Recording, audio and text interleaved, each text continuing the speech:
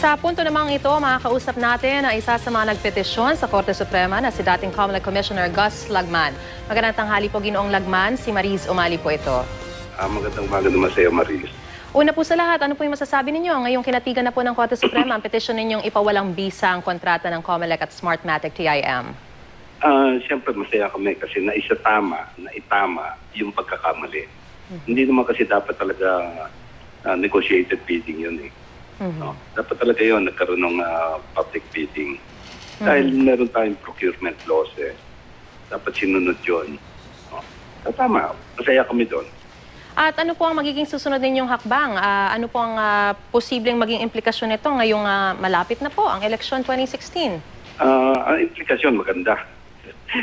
Noong isang Biyernes kasi, nakapag-bidding kami sa COMELEC, no? At ang isang hiniling ko ay sana magkaroon ng marami pa kaming meetings. Kasi kami, mga IT practitioners, makakatulong kami sa kanila. No? Hindi lamang sa kung paano mga pwedeng gawin, pero meron din kaming mga maisasuggest, including sa transmission, sa communications. Kasi doon ang malaki ang problema eh. Sa transmission. Marami kasi nag-fail nung ginamit ng Smartmatic, ginamit natin yung Smartmatic PCOS.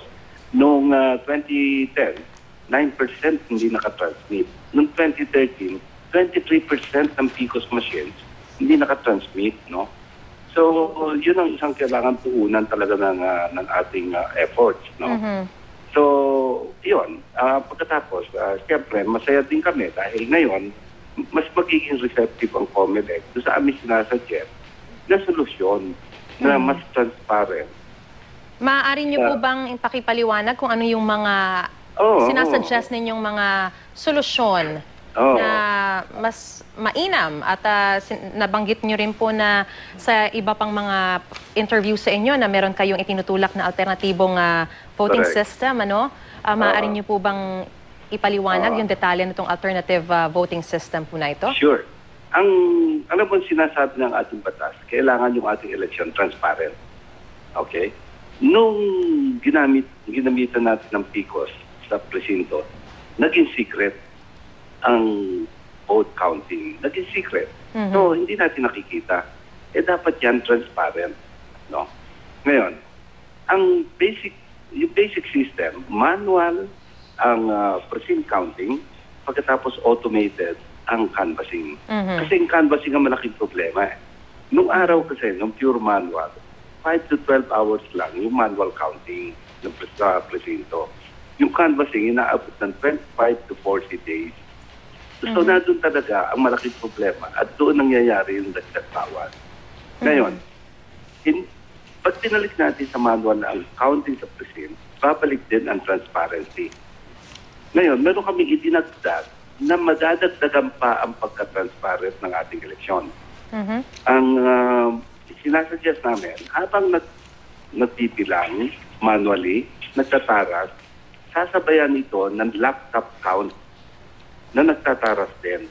So, dalawa yung nagpipilang. Sa yung manual, at yun naman ang official, at pagkatapos, sinasabayan ito ng laptop count.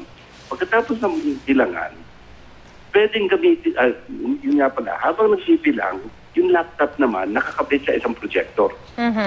So nakaproject sa malaking screen. So mas maraming tao ang nakakakita. Kaya sinasabi namin na nadagdagan pa ang pagka-transparent nung ating eleksyon dahil lang sa nakikita ng mas maraming tao. Okay? In other words, Ginoong Lagman, ang sinasabi niyo po, mas maganda pa rin bumalik sa manual counting. Sa presinto. Oo naman. Siyempre, dahil transparent eh. Pag kinamitan mo ng automation ng precinct counting, itinatapon mo ang transparency at nagiging secret ang pagpipilang. Hindi ba ganun yung nangyari sa PCOS? Pinipid natin yung panood natin, hindi natin nakita kung paano binilang. Secret ang pagpipilang. Ayaw ng batas niyan. Kasi nakalagay sa batas na dapat transparent ang ating eleksyon.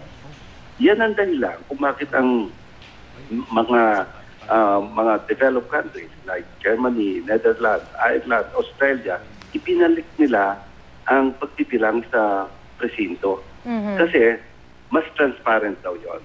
Hindi daw dapat mawala ang transparency sa ating eleksyon. So, yun ang ang aming sinasuggest. Pero, dinagdagan pa namin itong laptop count. Kaya maganda, no? Okay, so ibig sabihin, nakikita habang binibilang, nakikita ng lahat. habang binibilang. Walang Pagkatapos ng bilangan, naitatago o naikukubli. Walang itinatago, walang sikreto. Ngayon, pagkatapos ng bilangan, yun na ring laptop ang magpiprint ng election return. Kasi 30 copies Medyo mahirap gawin manual yon. So yun na rin laptop ang magpiprint ng 30 copies. Yun na rin laptop ang magta-transmit sa Municipal Board of Canvassing, of Canvassers, no? Pagkatapos, pagdating naman sa Municipal Board of Canvassers, automated na all the way. Para walang dagdag bawas. Ganun ang sistema. Ginoong Lagman, nais ko lang linawin, wala po itong lalabagin na mga batas sa ating konstitusyon, sa ating saligang batas dahil parang nagiging partial yung automation in this particular walang case. Mas marami ng nilalabag na batas, na provisions ng batas, yung PICO system ng Smartmatic. Ang dami. Okay. Nawala yung source code review, nawala ang transparency, nawala yung digital signature, nawala yung UV lamp. Ang daming nilabag na batas. At sa binanggit niyo po na pakikipagpulong sa COMELEC, ito po ay welcome naman sa kanila, itong sinasuggest ninyong alternatibong voting system? Mukha naman, maganda ang reception ng mga commissioners doon sa aming, dinemonstrate na namin Okay. Dinemonstrate na namin kasi pinagawa ko na yung program. Libre. At definitely, ito po ay aabot at hindi makakapagpatagal sa nakatakdang eleksyon sa 2016. Mas mabilis to. Mas mabilis ang implementation nito. Alright, abangan na lamang po namin yung mga magiging developments po dito. Maraming salamat po sa inyong panahon at sa impormasyon dating COMELEC Commissioner Gus Lagman. Magandang tanghali po sa inyo.